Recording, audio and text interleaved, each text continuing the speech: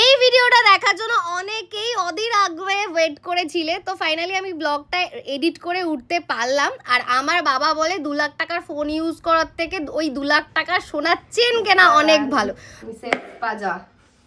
এই বুদ্ধিটা কাজে লাগালো মিস্টার পাজা। তো গোল্ডের একটা চেইন বানিয়েছিল, এটা আমার অ্যানিভার্সারি গিফট ছিল। যতই গোল্ড আনো সেই পড়ে থাকবে ব্যাংকের লকারে। তো তারপরে আমরা চলে এসেছিলাম আমাদের আড্ডাখানায়। তোর জন্য হতে হচ্ছে আমার বাড়িতে একটা রসুন একটা পেঁয়াজ ঢুকবে না। আর ঠিক এই কারণেই চলছে ফিস্টটা এখানে। তুমি মার খাবা?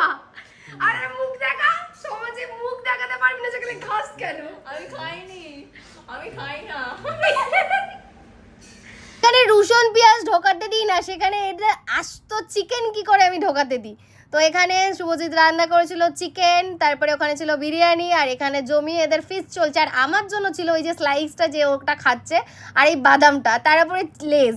আর এখানে কেক খুঁজতে খুঁজতে ওদের মাথা খারাপ হয়ে গেছিল। অবশ্যই দেখ একটা কেকের দোকান করো।